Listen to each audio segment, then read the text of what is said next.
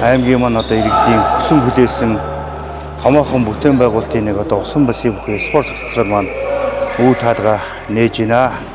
Ингээд Оронтой аймгийн одоо иргэд залуучууд ирээдүйн төв дэлхийн одоо тамирчид төрөн гарах ийм сайхан ордонтой болсондоо баяртай байна. Анх санаачилж байсан 2020 онд одоо улсын их хурлын гишүүн Болорч одоо мөн одоо аймгийн засаг дарга Бадамсүрэн аймгийн засаг дарга одоо Ёлнартай нийт тамирчдынхаа өмнөөс одоо баярлсан талааснаа илэрхийлье. Усан бассейны усны спорт бол одоо Оронтой аймагт одоо анх удаага одоо энэ 26 оноос одоо эхэлнэ. Тэгээд энэ улсын төсөвт одоо бүтэц оронтой батлагдчих юм бол усан бассейн эхлэхэд бэлэн байна. Тэгээд заалны үйл ажиллагаа бол одоо ингээд маргаашнаас чиглэлээд эндээ явна. Одоо шинэ спорт орны хичнээн ажлын байр гарч ирж байгаа.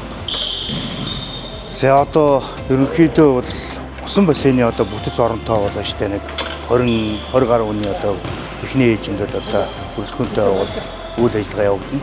Фитнесийн одоо тийм заалтай, боксing заалтай, бүхий заалтай ийм заалууд байна. Тэднээс маань одоо ингээд хуучин одоо зааландаа бол өсвөрийн одоо тамирчид маань бэлтгэл сургуультай энэ тэр заалаа бид бүхэн бас энэ жил аймаг орон нутгийн төсөвт бас хөрөнгө оруулалт болгож засвар хийж янзаж одоо ийм хоёр ийм волейболын талбай, хоёр саксны талбай ийм хэмжээ одоо гаргаж явж байгаа.